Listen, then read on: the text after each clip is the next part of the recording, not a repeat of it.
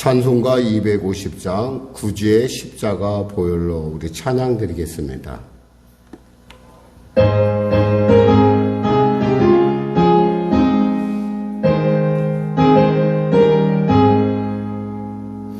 구주의 십자가 보혈로 죄 씻음 받기를 원하네. 내 죄를 씻으신 주 이름 찬송합시다. 찬송합시다. 찬송합시다. 내 죄를 씻으신 주 이름 찬송합시다. 죄악을 속하여 주신 주 내 속에 들어와 계시네. 십자가 앞에서 주 이름 찬송합시다. 할렐루야. 찬송합시다. 찬송합시다. 내 죄를 씻으신 주 이름 찬송합시다. 주 앞에 흐르는 생명수 날 씻어 정하게 하시네. 내 기쁨 정성을 다하여 찬송합시다. 할렐루야. 찬송합시다. 찬송합시다. 내 죄를 씻으신 주 이름 찬송합시다. 내 주께 회개한 영혼은 생명수 가운데 젖었네. 흠없고 순전한 주 이름 찬송합시다. 할렐루야. 찬송합시다. 찬송합시다. 내 죄를 씻으신 주 이름 찬송합시다. 죄악을 속여 주신 주 내 속에 들어와 계신 찬송가 250장이다. 주 이름 찬송합시다. 할렐루야. 찬송합시다. 찬송합시다. 내 죄를 씻으신 주 이름 찬송합시다. 주 앞에 흐르는 생명수 날 씻어 정하게 하시네. 내 기쁨 정성을 다하여 찬송합시다. 할렐루야. 찬송합시다. 찬송합시다. 내 죄를 씻으신 주 이름 찬송합시다. 내 주께 회개. 아멘. 기도하겠습니다. 하나님 감사합니다. 오늘도 하나님께서 귀하고 복된 이 아침 우리에게 허락하여 주시고 오늘도 주 앞에 나와 찬양으로 말씀을 나가게 하시면 감사합니다. 성령으로 충만케 하시사 주님의 온전한 뜻을 깨닫게 하여 주시고 주님이 말씀하실 때 듣는 귀가 열리고 주님이 보게 하실 때 보는 눈이 열려져서 아버지 시대를 읽어가는, 나아가 시대 가운데 하나님의 뜻을 펼쳐가는 하나님의 축복의 통로로 쓰임받을 수 있도록 은혜 베풀어 주시옵소서. 나라 민족을 불쌍히 여기시고 특별히 이태원으로 말미암아 이태원 사태로 말미암아 어려움을 많이 겪고 있습니다. 하나님, 이 어려움이 모두가 하나가 되는, 또 스스로를 돌아보는 귀한 시간 될 수 있도록 도와주시옵소서. 아울러 간절히 바라옵기는 특별히 우리 성령교회 성도들 일터와 삶 가운데 축복하여 주시옵소서. 성령교회를 축복하시고 인도하여 주시옵소서. 이 새벽을 사랑하는 귀한 권사님과 또 영상을 통해 예배드릴 또 우리 귀한 집사님의 삶 가운데 하나님의 말씀하시고 깨닫게 하시고 또 우리로 듣는 지혜를 허락하시사 오늘 주시는 말씀을 통해서 내게 또한 길이요 진리요 생명이신 그 나를 인도하시는 그분을 만나는 놀라운 역사 허락하여 주시옵소서.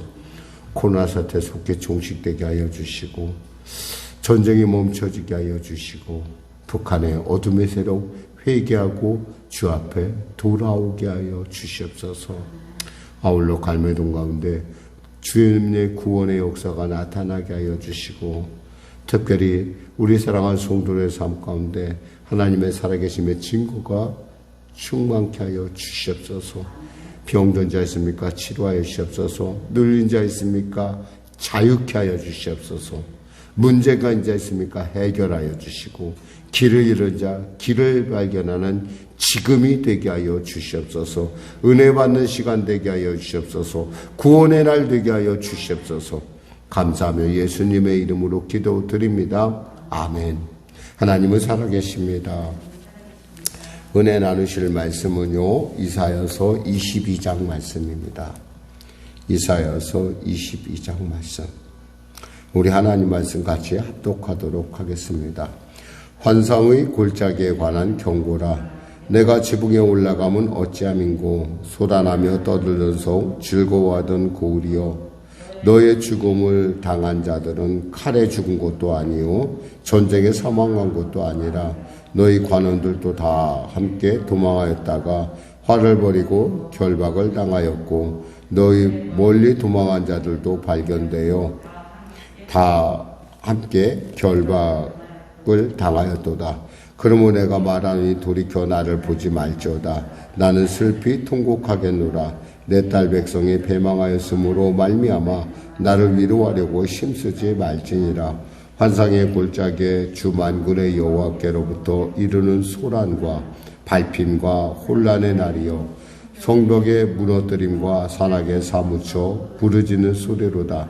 엘람 사람은 화살통을 메었고 병고탄 자와 마병이 함께하였고 기르 사람은 방패를 드러냈으니 병거는 내 아름다운 골짜기에 가득하였고 마병은 성문에 정렬되었도다. 그가 유다에게 덮었던 것을 벗김에 그날에야 내가 숲을 곳간의 병기를 바라보았고 너희가 다윗성에 무너진 곳이 많은 것도 보며 너희가 아랫못의 물도 모으며 또 예루살렘의 가옥을 개수하며 그 가옥을 헐어 성벽을 견고하게도 하며 너희가 또 옛 못의 물을 위하여 두 성벽 사이에 저수지를 만들었느니라. 그러나 너희가 이를 행하신 일을 앙망하지 아니하였고 이 일을 옛적부터 경영하신 일을 공경하지 아니하였느니라.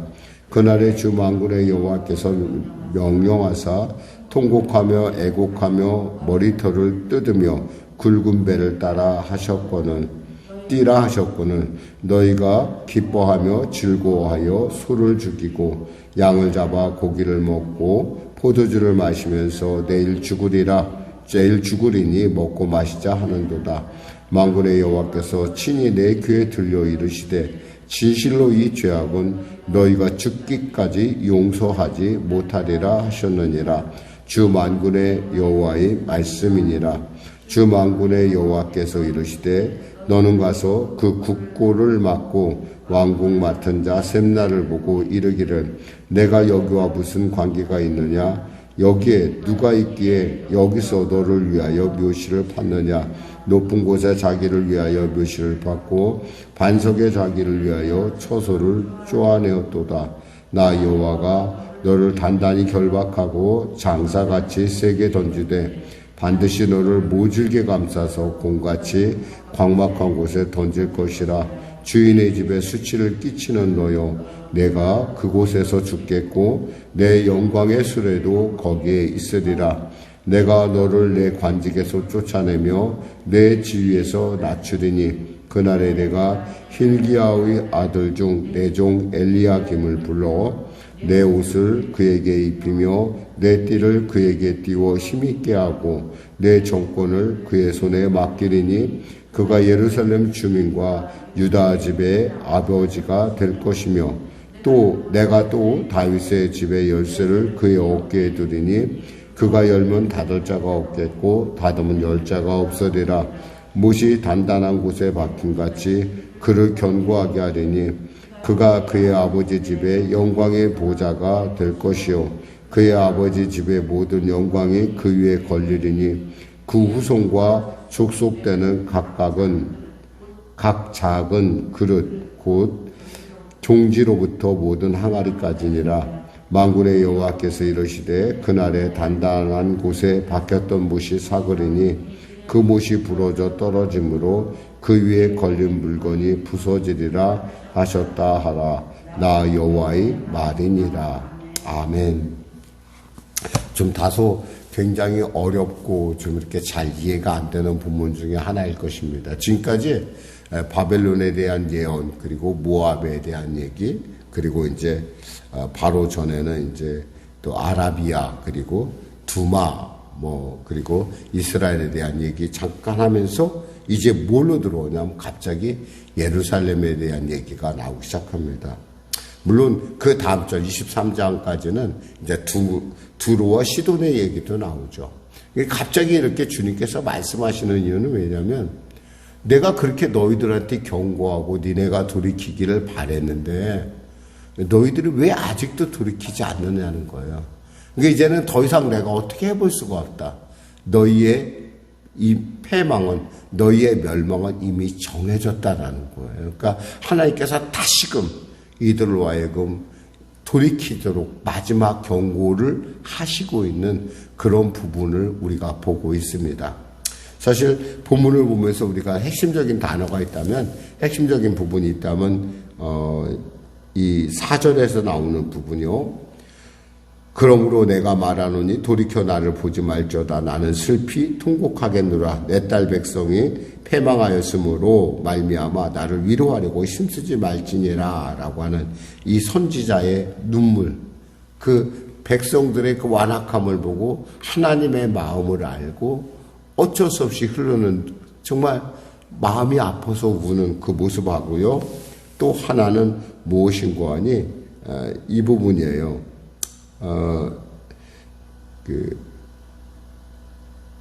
여기서 보면 하나님께서 뭐라고 말씀하시냐면 11절 하반절에 보면 이런 말씀이 있습니다. 11절 한번 읽어볼까요? 너희가 또 옛 모세의 물을 위하여 두 성벽 사이에 저수지를 만들었느니라. 그러나 너희가 이를 행하신 일을 앙망하지 아니하였고 이 일을 옛적부터 경영하신 일을 공경하지 아니하였느니라. 결국 이 모든 일들을 주관하시는 게 누구냐라는 거예요. 하나님이시라는 사실을 알면 너희들이 스스로가 너희들이 방비한다고 자신할 것이 아니라 하나님께 와서 감사하고 하나님께 물어봐야 되는 거 아니냐 이 말이에요. 이 말씀 안에는 너희들이 왜 돌아오지 않느냐는 거예요. 그러면서 하나님께서 실제로 그 당시에 있었던 사람들, 고관대작이라고 할 수 있는 셈나라는 사람의 어떤 그런 삶의 행태를 지금 얘기해 주면서 그 역시도 결국에는 엘리야김이라고 하는 그 사람으로 대체가 될 것이고, 그것 역시도 결국에 가서는 하나님이 정하신 그날이 돼서는 그 못조차도 부서질 수밖에 없다. 이 얘기는 뭐냐면 우리가 의지하고 우리가 바라보는 것들이 과연 진짜 우리가 의지할 만한 것인가 한번 너희는 생각해봐라, 그런 뜻이에요. 이제 전체를 한번 살펴봤습니다. 이제 한번 우리가 이 본문 말씀을 통해서 우리가 살펴보겠습니다. 구체적으로 보면 환상의 골짜기란 뭐냐면 바로 예루살렘의 골짜기를 얘기합니다. 그러니까 환상, 그러니까 좀 약간 우리가 좀 애매하게 듣는데 이것은 비전의 골짜기, 이상을 보는 골짜기를 얘기하는 거예요. 왜 이렇게 예루살렘을 이렇게 표현할까요? 하나님의 말씀이 그곳에 임하고 하나님의 성전이 그곳에 있고 또한 그 골짜기는 사람들이 볼 때에는 난공불락과 같은, 그러니까 한마디로 말해서 이 이스라엘을 가보면 그게 한 870고지라고 그래요. 870고지. 이렇게 벳박에서 쭉 내려왔고 쭉 올라가 보이거든요. 그러니까 골짜기가 있고 그 골짜기 사이에 이렇게 둥그런 산이 있어요. 이게 구릉지라고 봐야 되는데 그게 해발 870m래요. 그게 정확하게 뭐 850에서 870 얘기하는데 870 정도 되는 그 해발 고도에 예루살렘에 그 있다는 거예요. 예루살렘 성이. 그러다 보니까 이 성이 거의 그 외적이 침입하기에는 어려운 그러니까 그런 위치를 갖고 있어요. 근데 그것만 믿고 있는 것 자체가 얼마나 우스운 일인가. 그 다음 말씀하십니다. 내가 지붕에 올라가면 어찌함인고 소란하며 떠들던 성 즐거워하던 고울이여 너의 죽음 당한 자들이 여기서 소란하며 떠들던 성 즐거워하던 고울이라는 건 얘기는 뭐냐면 아수르의 사내립이 18만 5천 명이 졸지에 죽자 축제가 일어났어요. 다들 너무너무 기뻐서 막 지붕에도 올라가고 우리나라 지붕은 이런 지붕인데 이스라엘의 지붕은 이런 지붕이 아니라 평평한 지붕이에요. 그리고 또 이 지붕이 그 집을 보통 이제 집에서 이제 좀 괜찮은 공간이다 그러면 2층 집을 생각을 할 수가 있어요. 왜냐하면 2층 집을 생각하면 해가 너무 세니까 2층 집에 창문을 열어놓으면 마치 그 자연 환풍이 된다고 그러나 이런 현상이 나타나요. 그래서 우리가 그 수냄 여인이 엘리야를 이렇게 대접할 때, 엘리사를 대접할 때 2층 방을 하나 마련했다고 그런 것처럼 정말 중요한 VIP는 그렇게 모시기도 해요. 근데 그들이 다 지금 옥상으로 올라갔다는 거예요. 너무 기뻐서. 그랬는데 그것이 어떻게 되느냐? 너의 죽음 당한 자가 칼에서 죽은 것도 아니요 전쟁에 사망한 것도 아니라 너희 관원들이 다 함께 도망했다. 이들이 갑자기 죽임을 당하기 시작을 했어요. 그리고 또 이들이 보니까 관원들이 도망을 가고 화를 벌이고 결박당했어요. 왜? 놀래서, 무서워서. 누구 때문에 무서워서 도망갔을까요? 누구 때문에 두려워서 죽었을까요? 뭐 이것은 여러 가지, 두 가지의 학설이 있어요. 하나는 아수르 때문에 그랬다. 아수르의 사내립 때문에 그랬다는 얘기가 있고, 또 하나는 뭐냐면 이미 아수르가 망했다고 우리가 그 역사적 관점으로 본다면 이것은 뭐냐면 바벨론의 침입으로 말미암아 이들이 혼비백산에서 도망가다가 짓불에 죽었다는 거예요. 자기의 자기가 넘어지는. 그러니까 우리가 인생이 있잖아요. 의지하는 바가 얼마나 허망한 것인지. 하나님의 어떤 징계 앞에서 얼마나 약하고 얼마나 무력한 것인지. 그래서 뭐라고 얘기합니까? 4절에 그러므로 내가 말하노니 돌이켜 나를 보지 말저다. 나는 슬피 통곡하겠노라. 내 딸 백성이 패망하였으므로 말미암아 나를 위로하려고 힘쓰지 말지라. 지금 여기서 나는 이사야를 얘기하는 거예요. 이사야의 눈에는 보이거든요. 적의 멸망하는 모습이 보여요. 이게 지금 당장 일어날 일은 아니에요. 그러나 중요한 것은 이게 문장상으로 따지면 현재 완료형을 취하고 있어요. 완료형이라는 건 뭐냐면 미래에 반드시 이루어질 일이라는 거예요. 여지 없다라는 거예요. 반드시 이 일은 이루어진다는 거예요. 그럼 좀 이렇게 심각하게 예언을 하면은, 심각하게 경고를 하면은 좀 들어야 되는데 듣지를 않아요. 듣지 않은 이유에 대해서 이렇게 얘기합니다. 7절에 보면 병거는 내 아름다운 골짜기, 그러니까 8절에 보니까 그가 유다에게 덮었던 것을 벗김에 그날에야 내가 숲을 곳간의 병기를 바라보았고, 숲을 곳간의 병기란 건 뭐냐면 숲을에다가 병기고를 만들었어요. 그 병기고를 보면서 이들이 만족하는 거예요. 안심하는 거예요. 또 보니까 이들이 한 일이 또 있어요. 너희가 다윗의 무너진 곳이 많은 것도 보며 너희가 아랫못에 물도 모으며. 이들이 보니까 보니까 우리가 저기 침입해서 보니까 그 다이성이 이렇게 견고한 줄 알았는데, 그전에는 견고한 줄 알았는데 보니까 부서져 있더라 이거예요. 이것을 갖다가 보수하고 물도 끌어오고, 이 물은 뭐냐면 바로 이것이 우리가 장님의 눈을 떴던 우리가 실로암이라는 연못을 보잖아요. 이 실로암 연못이 어떻게 생긴 거냐? 원래는 못이 성 바깥에 있었어요. 샘이 있었는데 그 샘을 돌로 메워가지고 그 샘의 줄기를 그 돌 사이로 해서 예루살렘 시내 그 성 안으로 끌어들인 거예요. 지금도 가면은 이 실로암 물이 있어요. 근데 물이 크게 많지는 않은데 그래도 그 정도면 뭐 아주 괜찮아요. 그러니까 사실 우리가 실로암을 이렇게 생각하면은 실로암에 가서 씻으라라는 그 어떤 장님의 예수님의 말씀에 따라 그 장님이 움직인 건 우리가 생각할 땐 굉장히 쉬워 보이는데, 실제로 그곳에 가면은요, 실로암을 찾아가기가, 성전에서 실로암을 찾아가기가 쉽지가 않아요. 근데 그 장님이 갔다라는 건 그에게 믿음을 얘기해 주는 거거든요. 근데 그건 실제로는 가서 보지 않으면은 우리가 생각할 땐 실로암에 가서 씻죠 그러니까 바로 옆에 있는 줄 알잖아요. 아니에요. 굉장히 멀어요. 멀 뿐만 아니라 그 경사가 엄청나게 서 있어요. 거기 내려가려면. 중요한 건 그러한 대비책을 통해서 이스라엘 사람들은, 예루살렘 사람들은 안심하고 있었다는 거예요. 우린 절대 난공불락이야. 우린 절대 망하지 않아. 그런데 뭐라고 했어요, 하나님께서?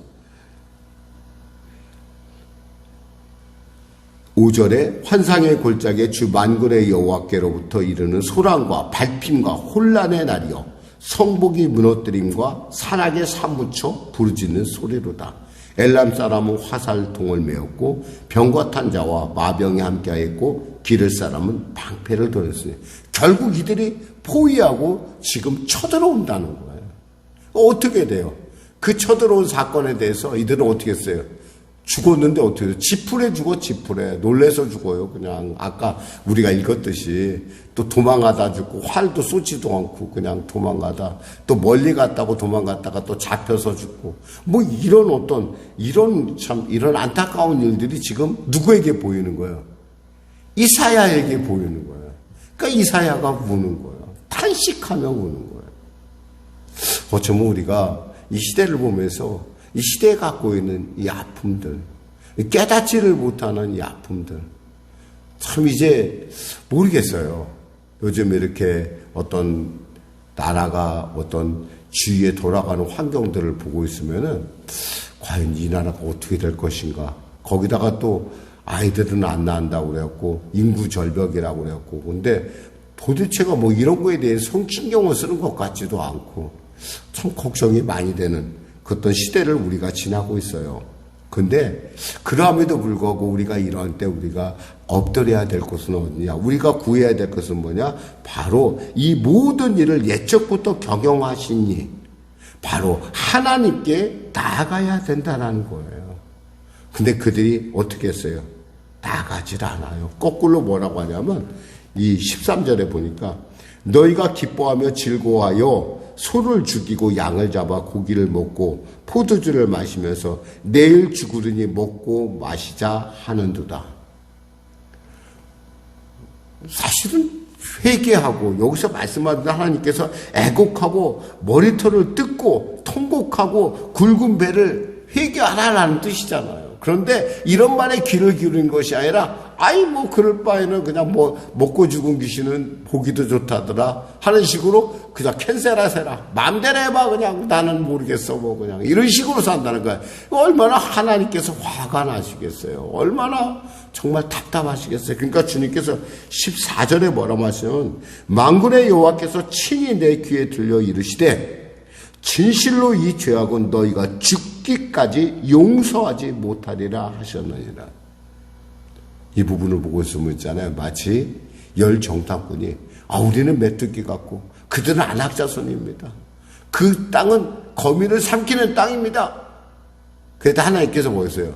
야, 너희들, 그 얘기했어? 너희들이 죽겠다고 걱정했던 유아들은 결국 가나안 땅으로 갈 것이고 너희는 그냥 죽을 거야, 광야에서. 그 광야에서 죽는 어떤 그런 모습을 딱 눈에 띄어오르게 하는 부분이죠. 그러면서 또 당시 그 관료들이 얼마나 썩었는가에 대한 얘기를 이 셈나를 통해서 하고 있어요. 이 셈나는 어떤 사람인가 하니 히스기야의 국고를 맡은 우리로 말하면 총리 대신과 같은 사람이에요. 근데 이 사람이 어떻게 했어요 보니까. 그러니까 자기 묘실을 너를 위하여 16절에 보니까 묘실을 팠느냐 높은 곳에 자기를 위하여 묘실을 팠고 반석에 자기를 위하여 처소를 쪼아내었도다. 공인은 있잖아요. 공인의 역할을 해야 돼요. 근데 자기를 위해서 이 묘실은 뭐예요? 왕들만이 그 묘에 들어갈 수 있는 곳인데 이 대신이 이제 너무너무 이렇게 권세가 높다 보니까 착각을 했어요. 자기가 거기다가 묘실을 파도 될 만한 그런 사람이라고 생각했던 거예요. 그러니까 하나님께서 그것을 보고 야 네가 그럴 만한 인물이냐? 내가 너의 그 권한을 누구에게 주겠냐? 바로 엘리야 힐기야의 아들 내 종 엘리야에게 주리라. 너는 어떻게 된가 대신에 너는 추방당하고 너는 낮아지고 그곳에서 결국 너는 그 추방된 곳에서 버려진 곳에서 너는 죽을 수밖에 없을 것이다. 왜? 너는 주인의 집에 도움이 되라고 뽑은 사람인데 지금 짐이 된다라는 거예요. 지금. 그러니까 그런 역할을 지금 하고 있다는 거죠. 그러면서 그러함에도 불구하고 엘리야김조차도 믿지 말아야 될 것은 그날이 되면 하나님께서 징계하는 그날이 되면 결국 그 단단하게 받친 못도 부러질 수밖에 없다라는 거예요. 그 목사님 여기서 무엇을 우리가 교훈을 얻어야 될까요? 우리가 문제를 당할 때 우리가 다른 환경이나 어떠한 우리가 믿는 바를 의지하는 것이 아니라 늘 언제나 이 모든 것을 뒤에서 조정하시고 통치하시고 계획하시는 경영하시는 하나님께 관심을 가져야 된다는 거예요. 그래서 그분의 뜻이 무엇인지 그분이 원하는 것이 무엇인지 그리고 그분의 의도가 무엇인지 우리가 살필 때 우리는 역사 속에서 우리의 삶 속에서 역사하시는 하나님의 놀라운 섭리를 발견할 뿐만 아니라 그 섭리 가운데 우리 자신이 동참할 수 있다는 거예요. 기도하겠습니다. 하나님 감사합니다. 이 모든 일을 경영하시고 옛적부터 경영하시고 또 행하신 하나님께 우리의 눈이 또 그 예수님께 성령님께 우리의 귀가 그리고 우리의 생각이 집중되게 하셔서 이 어려운 때일수록 하나님의 온전한 계획이 무엇인지 분별하는 지혜가 있게 하여 주시옵소서. 감사하며 예수님의 이름으로 기도드립니다. 아멘. 우리 말씀 생각하고 찬양하고 기도하겠습니다. 찬송가 458장입니다.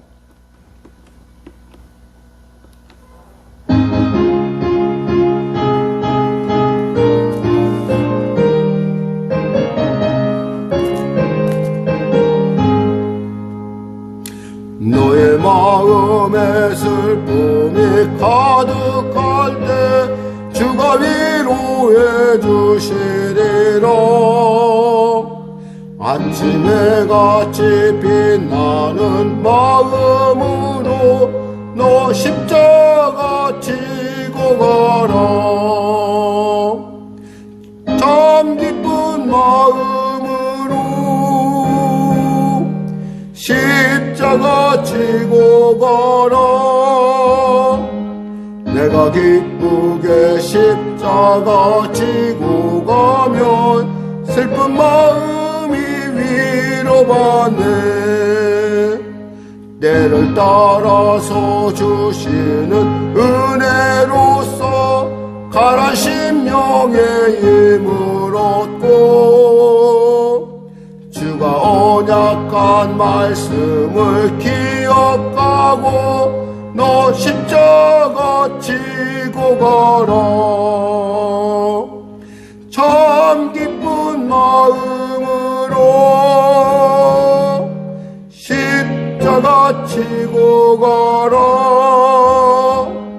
내가 기쁘게 십자가 지고 가면 슬픈 마음이 위로받네. 내가 맡은 이 성실히 행할 때에 주님 앞에서 상 받으리. 주가 베푸신 은혜를 감사하며 너 십자가 지고 가라. 참 기쁜 마음으로 십자가 지고 가라.